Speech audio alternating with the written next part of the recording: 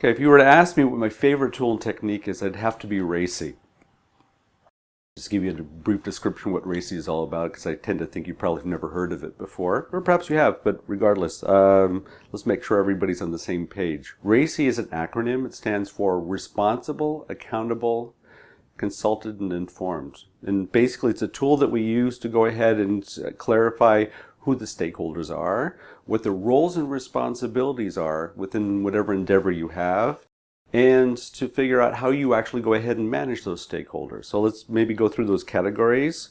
Responsible, I think for the most part should be clear, although I've noticed for a lot of people they have difficulties in understanding the difference between responsible and accountable. And there's a clear difference between the two words, because both of us could be working on a project and we both have certain tasks that need to be accomplished, and so we would be responsible for those tasks.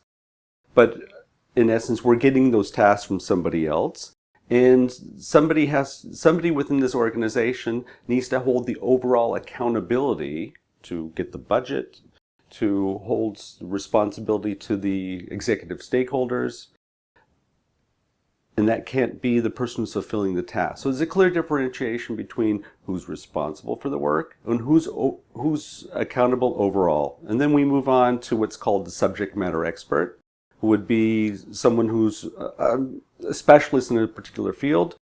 Not everybody can know everything, and so you bring in specialists who actually go ahead and tell you what you cannot know.